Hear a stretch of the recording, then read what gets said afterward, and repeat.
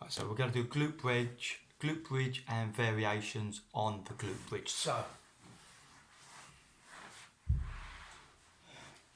on the floor, if you need, let me see, you can see my feet now. If you need a cushion underneath the head, that feels really uncomfortable down there, then get a cushion underneath that head, between the head and the floor, okay? If this is fine, then that's great.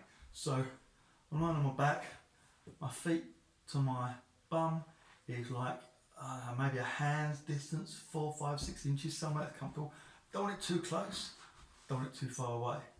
Okay, so if you see my feet, they're directly underneath my knees. Then equally, the distance my feet are apart, around about hip width apart. If I show you there, okay, feet and knees are kind of straight over the top, or underneath my hips if you wish, yeah, hip width apart. So from here,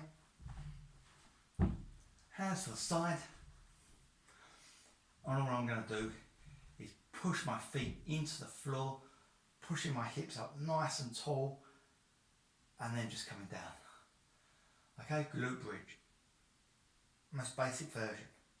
Now then, let's go up and increase the complexity of this somewhat. So the next step is, what we could do is just put our hands across our chest. So we're taking away some stability, because our hands ain't on the floor. Same exercise, okay? I'm pushing my feet into the floor, pushing my hips up as high as I can, feeling a nice stretch throughout the quads. Next step is we're going to do a marching glute bridge. So same thing, and what I'm going to do is I'm going to push up on one leg and then come down. Notice my hands are back to the side, so I'm trying to give myself a little bit more stability, because now as I push up, I'm on one leg. So to do this, my feet come in a little bit together, they get a little bit closer if I'm doing the marching version. You can see that now, they're a little bit closer. If I do the marching version, my feet are more in the centre of my hips, as opposed to if I was doing a bilateral, two-footed glute bridge, they would be slightly apart. So we've got the marching glute bridge, and the final one is going to be, we're just going to do a single leg glute bridge, one side at a time.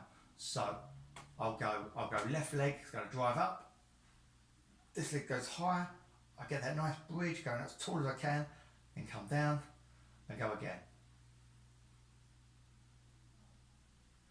So when we're doing this, we're looking for to be very distinct between our phases. So I drive up, push my left foot into the floor, I hold it here, that's the end of that phase, and then I come back down slowly and controlled again to the bottom. So I'm not kind of bouncing about like just like this, I'm getting up, holding it for a second and coming down. So there's a real distinction between the up and the down, and you do it on one side at a time, so you don't alternate like you do in the glute bridge, the marching glute bridge. So obviously it's a lot harder on that single legged side.